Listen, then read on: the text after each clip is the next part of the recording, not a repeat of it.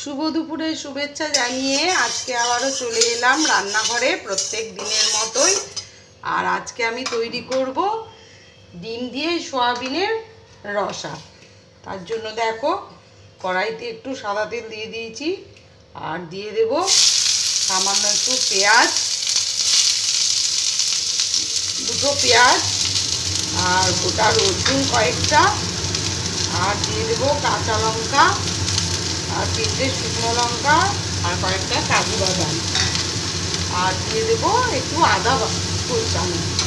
এবার সবগুলো একটু আমি হালকা তেলের মধ্যে ভেজে নেব, তারপর আমি মিক্সিতে পেস্ট করে নেব।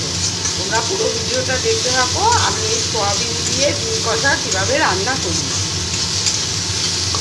এদিকে আমি দেখো ডিম আর আলু সেদ্ধ করে নিয়েছি, আর কড়াইতে সর্ষের তেল দিয়ে দিয়েছি, আর আলু আর ডিমটাকে আমি ভেজে নেব।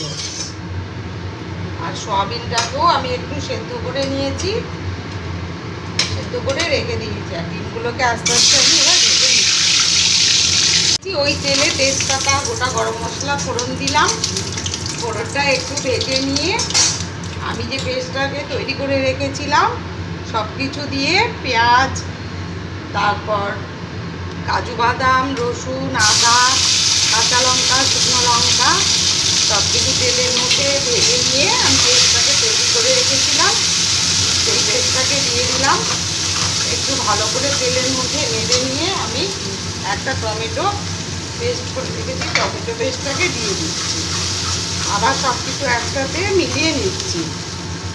সব কিছু দেখো একটু ভেজে নিয়েছি।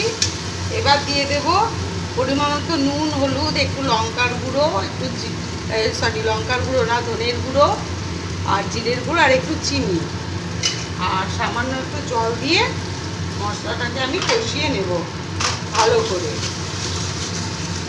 মশলাটাকে দেখো ভালো করে কষিয়ে নিয়েছি। এবার সেদ্ধ করা সয়াবিনটা মশলার মধ্যে দিয়ে দিচ্ছি।